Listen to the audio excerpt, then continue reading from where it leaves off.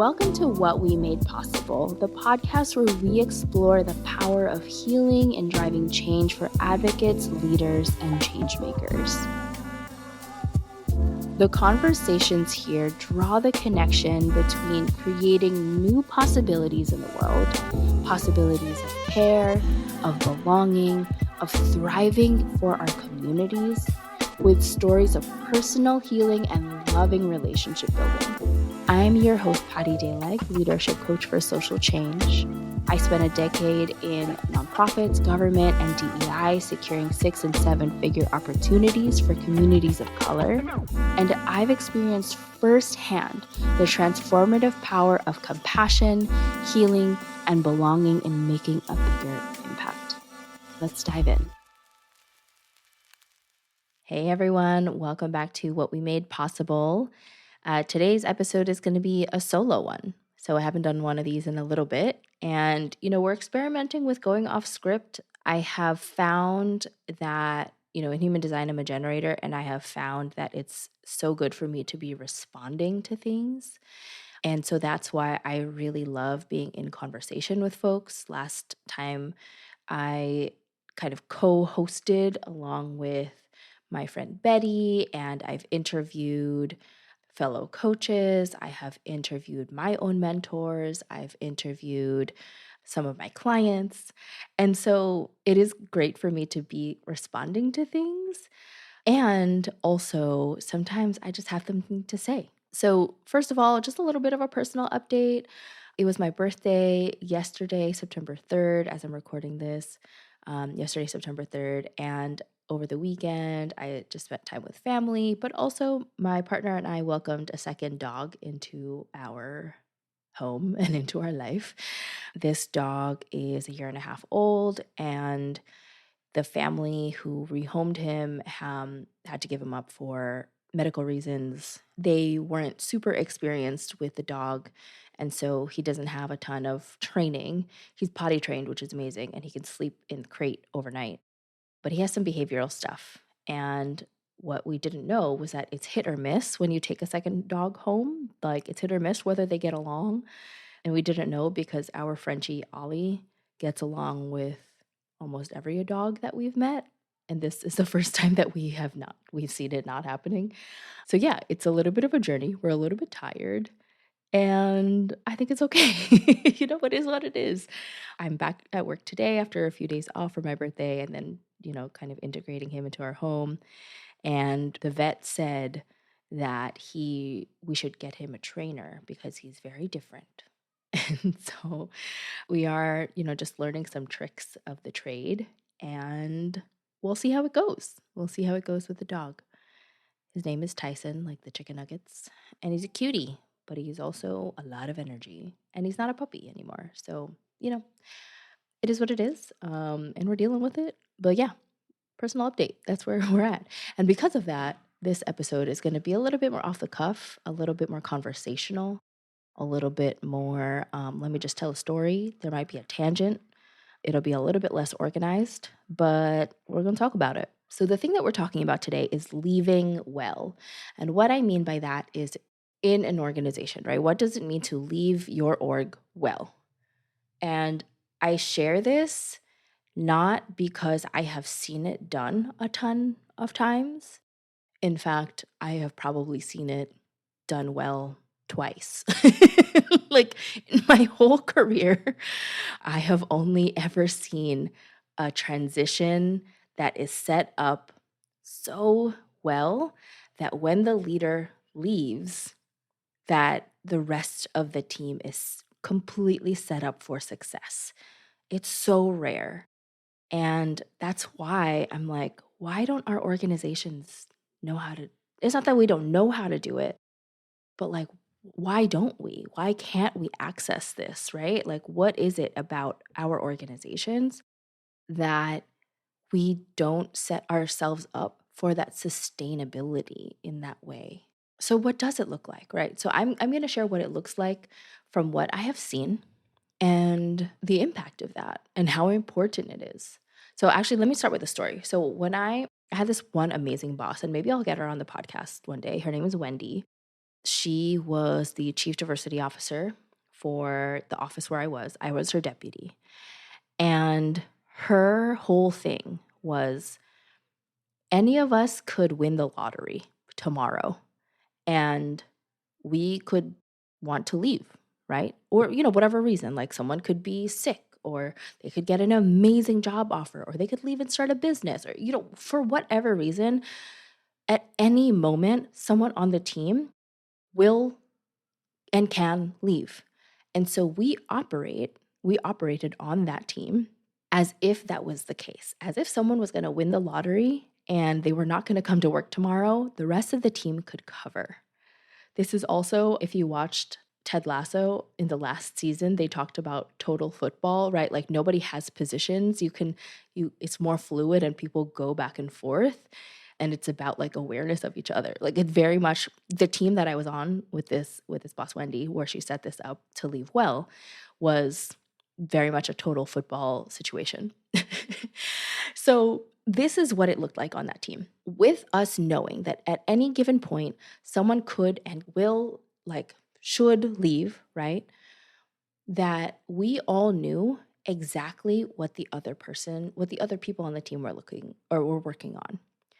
We were super clear about who does what they were responsible for, and where they really shined. Because of that, let's say, for example, like I ran our what we called MWBE University. I ran our event series for business owners, so members of the public, to come to a government event so that they can learn how to do business with different government agencies and with bigger corporations and things like that.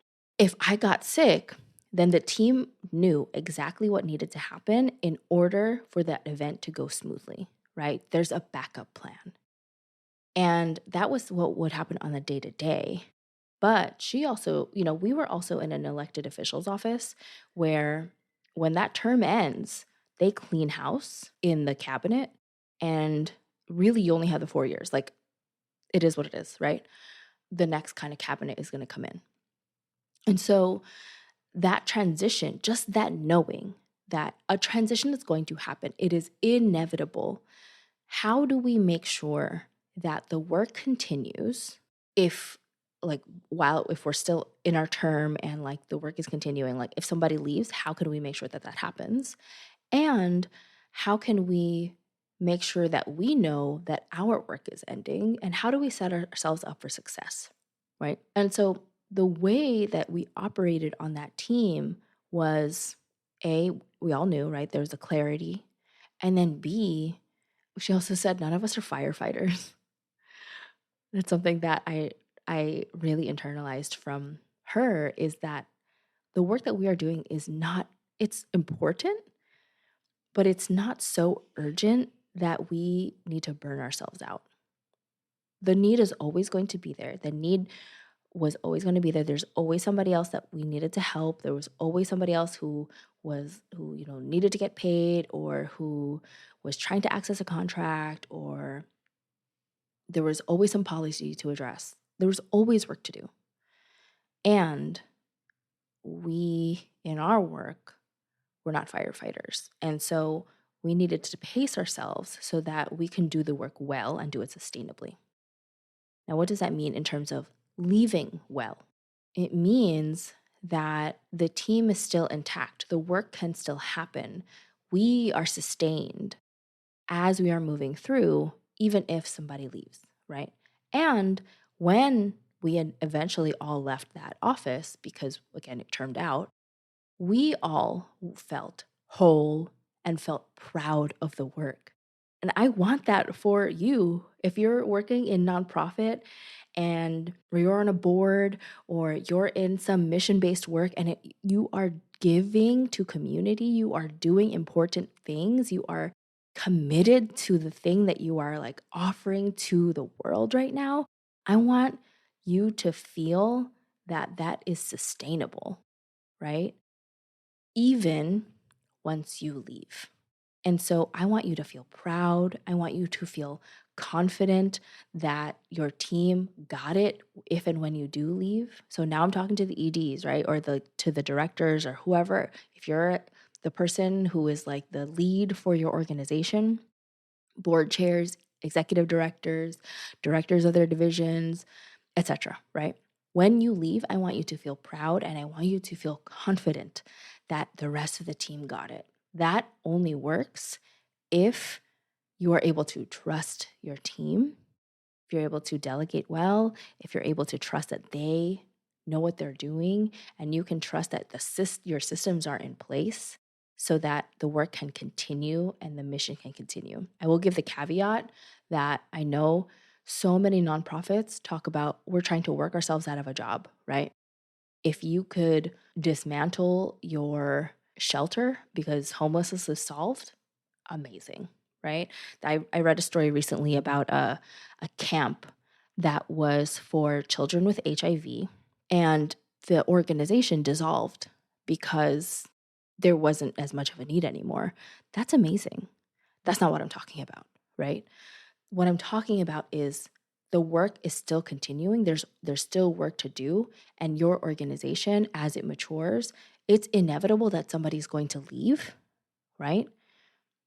And what I want in terms of leaving well is for you, the leader, to leave in a good place, to leave literally feeling well, not burnt out, not leaving because you literally cannot go one day more, right? Not angry, not resentful, not in conflict with people, not distrusting, not pushed out, none of that. I don't want any of that for you. What I want for you in leaving well is to literally leave and feel like there's nothing more that you need to give to the organization. You don't have any kind of guilt. You don't have any kind of resentment. You're not being pushed out. You're not pushing anybody else out. There's no conflict. You're leaving and there's grief, but there's readiness, right? There's grief, but there's readiness. It can be sad and it can be challenging and it can be emotional, right? But it does not have to be fraught. That transition does not have to be negative, you know?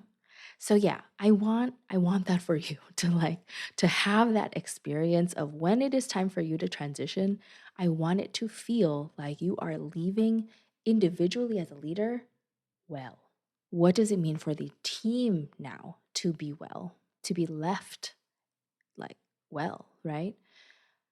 That their work is able to continue, that the mission continues beyond any one person, that you are committed to, right? That you're in for a reason is sustainable, and that the people who are now stepping up are confident that they know where their work is going, where the org is going. That is a healthy transition, right? But what does it look like when we don't leave well? This is actually the norm. This is like 99.9% of organizations that I have seen where there has been a transition. And I have been part of this experience also, right? I shared my experience on one team where we did have an experience of leaving well, where it was just a given. And then I have another experience where we had in the last nonprofit where I worked, 5 executive directors in 4 years. So we had 4 transitions, many interims, and lots of challenges as a staff person. It created this instability, right? So much so that I left. When I left, I was like, the one thing that I craved was stability, right? So when transitions are not handled thoughtfully and when they're not planned for, let me take a step back, because not all transitions need to be planned out, right? Because like shit happens. But when the transition itself, when it's not handled thoughtfully, then that's when you get the instability and that's when you get people leaving, right? That's when you get revolving doors, as they call them. So common challenges when transitions aren't handled thoughtfully is that people get confused about who, like their roles, right? Like they don't know who is in charge of what, and you get conflict because of that. You get some people who are like, well, you're not doing your job. And then another person who's like, I didn't know that was my job. You get burnout because people are in emotional exhaustion and they feel like their work is not like bearing fruit, right? That's really challenging. There's also founders syndrome. I could do an episode about like literally each of these, right? But there's founder syndrome where the founder who is like very centered in the work, maybe it was their whole idea, when they leave, then they still kind of stay. And then there's like a new director who has responsibility but not authority, and it's weird. Things get weird, right? And then there's, right, like I said, organizational instability. Your team starts to resent you. The team starts to be unclear about, well, what do I do? Right? Like, what am I supposed to do here? Am I going to have a job in 3 months? Right? What's going to be the risk to funding? What's going to be the risk to our community? What do we tell our community? I worked with an organization where there was tension between the board and the staff. And this happens very often, right? And then the ED gets kicked out. I've seen that happen 3, 4, 5 times just since COVID with really impactful organizations. And when that happens, the trust that is required in order for you to do community work, that gets diminished. So when a transition is not handled thoughtfully, when it's not handled well, when you don't leave well, it's hard to even do the work and it becomes a distraction, one that you don't necessarily need, right? There's an unhealthiness that gets introduced and a toxicity that gets introduced into the organization when a transition is not handled thoughtfully. I will also say that change, and this type of change, when somebody leaves or somebody gets pushed out, or whatever, when change happens, it also highlights where that instability always was and it exacerbates it, right? So maybe there was always that lack of clarity. Maybe there was always burnout. Maybe there was always responsibility without authority. Maybe there's always instability, right? All of these kind of toxins within the team come out when the transition isn't handled thoughtfully, which is why when you work in a transition and try to leave well, you're kind of solving for all of those pieces. It really creates this emotional toll on the people who are within the work. I've seen people literally quit in a transition when they were not the one who has left. They're like junior staff. When an ED gets pushed out, then the junior staff is stuck within the toxic situation and then they leave, right? Like that's that revolving door that I was talking about. It creates like a physical and emotional toll on the people who are leaving. And then, like I said, there's a lot of emotional risk. Anyway, I definitely rambled there, but you probably have had this experience because if you have been working in nonprofit or in mission-based work for long enough, you have seen a leader leave. And even if you're not, like maybe if you work in corporate, right? Or maybe if you work in government, maybe if you work in philanthropy, you have seen leaders leave. And it can be such a challenge. And it's something that we don't really give attention to until it is too late, until it's already harmed the people within the organization. And if we are in the business of making the world a better place, then we also want our day to day to be that better place, right? We want to be creating the world out there that we want, but we also want that in our organizations also. We want to create that future, right? Internally, right? Like you should be having that same experience, right? If you're trying to create good in the world, it should also be a good experience for the people who are doing it because we are also part of the world, right? Like it does not make sense to me to burn ourselves out, to create toxicity, but that's the norm, right? That's the norm in the nonprofit industrial complex for some reason. And it's because we are all like having this human experience and we all have our traumas and we all have our stuff. And then you layer on the transition on top of it, and it becomes this clusterfuck, to for lack of a better word, right? So there are ways that I work with organizations where you are either preparing for transition, right? Like you're operating with the assumption that a transition is going to happen and you are preparing a pipeline. One of my clients calls it a waterway, right, of the next generation of leaders. Or you're preparing your systems within your org, you're preparing your next, let's say, deputy, right, to step up. There's so many ways that you can prepare depending on what you need within your org or your coalition or your group, right? Depending on what you need, there's so many ways to work together. And so these are the ways that there's that, like, when you're preparing for transition. If you're in transition, right, somebody's actively leaving, then that's a completely different circumstance, right? So we work differently in that sense. And then if it's after a transition, which I've also seen, then that also looks different. So I'll give you some examples. So that when you're in transition and there's a leaving happening, right? How do we do it well? There's kind of three phases. One is before the transition, right? We're preparing the ground.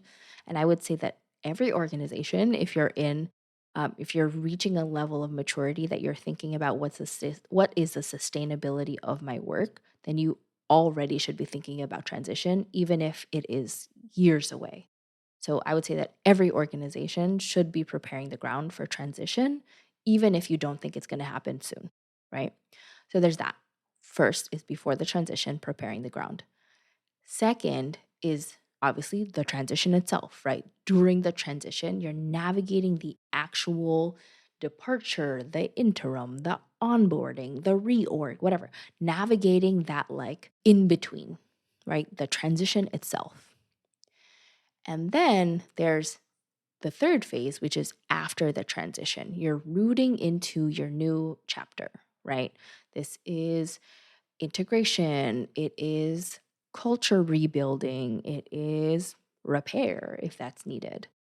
And so here's a few ways that I have worked with organizations or am desiring to work with you if you are here.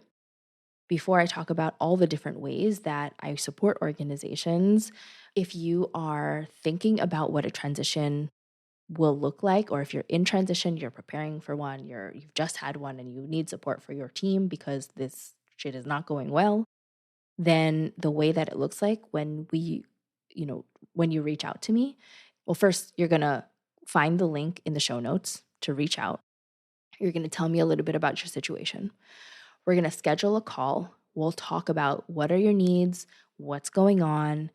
We're going to make a plan and I'll submit a proposal. I work with any budget.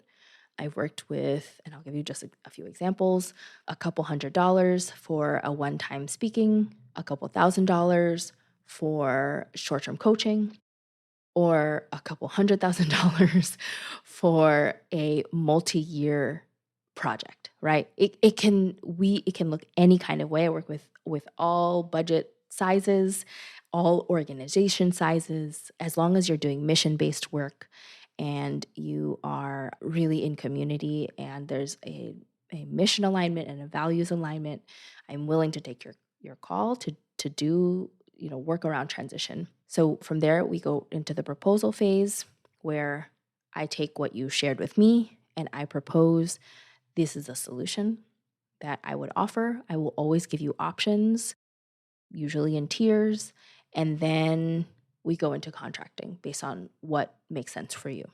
So what does it look like when you are preparing the ground, right? And this is a lot of the work that I do now, which is a lot of the work that I do to prepare for transitions, which is around like readiness and grounding before a leadership change or a reorganization takes place, or we are trying to get the team to be in a good place so that you can prepare to leave, right? A lot of the leaders that I work with today, they're like, I'm not going to be in this forever. They know that, right? It's that their version of that lottery mindset. I can win the lottery tomorrow and leave this work. There's just that acknowledgement that they're not going to be here forever. And so, how do they set up their team for success, right? So, we could look at a systems diagnostic, and I can bring in my personal operations person. We can look at what is your readiness for an upcoming transition in terms of decision making, in terms of communication flow, in terms of team alignment. And then I come in as a coach looking at what's your relational readiness? Like everyone in the team, what's their readiness for a change? What's the emotional readiness for a change? What's the cultural readiness for a change, right? So, what that looks like in real life is that I am coaching an individual leader who's like, I'm going to leave in like, I don't know, a year maybe. So, how can I set up our systems? I'm helping them through decision making, setting up systems and helping their team to step up so that they feel confident when it's time for them to go. They're already laying the groundwork. The other form that this takes is coaching circles. And I have done this both for executive directors who are working in coalition together, where EDs themselves were facilitating conversations for them to think about like what is success for our coalition? What does it mean for me to not be burnt out? What does it mean for me to be well in my position for as long as I'm staying in it? And then for emerging leaders as well, right? So there's the EDs, and then there's the emerging leaders, maybe people who are newer in their career or who are leading for the first time, who are stepping up from manager to director, or they are kind of being prepared for bigger leadership. There's that emerging leaders coaching circle as well to build readiness, to build confidence, to build systems awareness, right? For as they're stepping into their new roles and structures. A lot of imposter syndrome work, a lot of confidence work, a lot of skill building too, delegation, public speaking, advocacy, those pieces as well, because that's super important as they then step up and then the leader can step out, right? So that's what it looks like to work with me to prepare the ground before a transition. And again, it can be the transition is happening in a year, or it can be the transition is going to happen eventually and we just want to prepare. What does it look like in the in between, right? Like in the transition, someone is leaving, there's a departure, there's people onboarding, there's people who are interims, or we've just had a reorganization, right? So, very often, I'll do individual coaching for the people who are the most impacted.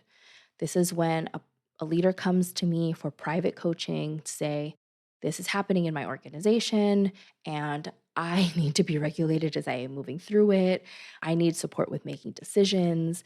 I need support hearing my own self because there's a lot going on, right? So I act as like a transition companion for them while all of these shifts are happening. I'm also open to coaching pairs and triads, right? ED and board chair, founder and successor, co directors, right? Any of these kinds of groups within the organization who are navigating the relational and emotional dynamics in the transition itself. So, those two options are very in depth. But I also understand that when you're in transition, sometimes you're not really in a place where you can invest a ton.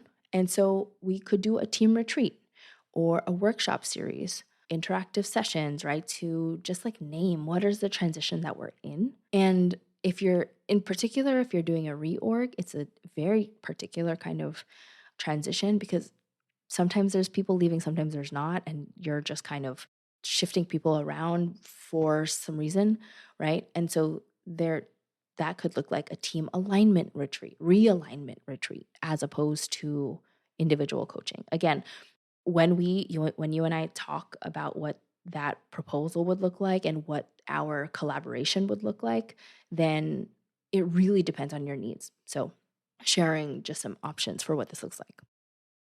Last thing that it could look like in navigating the in between and navigating the transition itself is to help guide you in the handoff, right? Knowledge transfer design.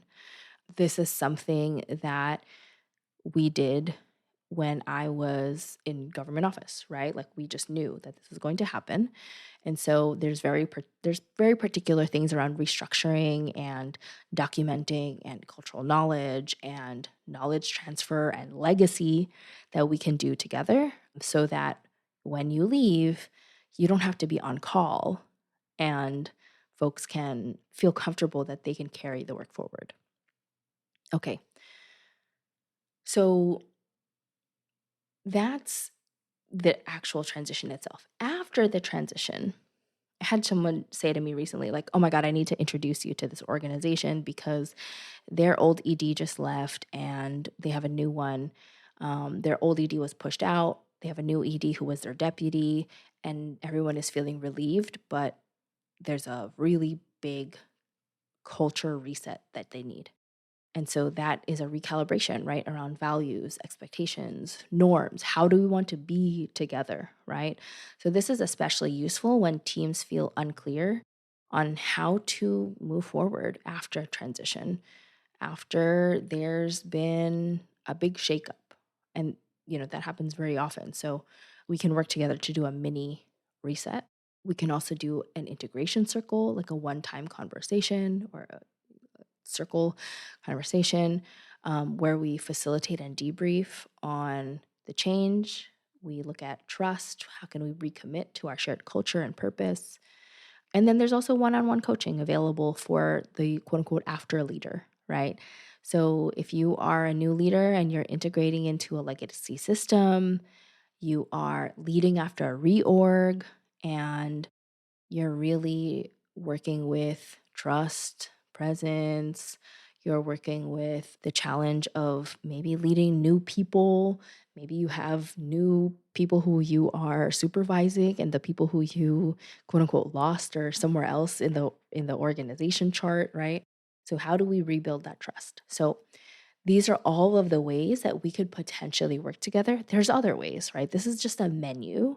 And I just wanted to share a little bit about what that looks like so that if you are in transition, you're preparing for transition, or you have just been through it and it sucked, that it does not have to be that way, right? That you can leave well and that you have been left well.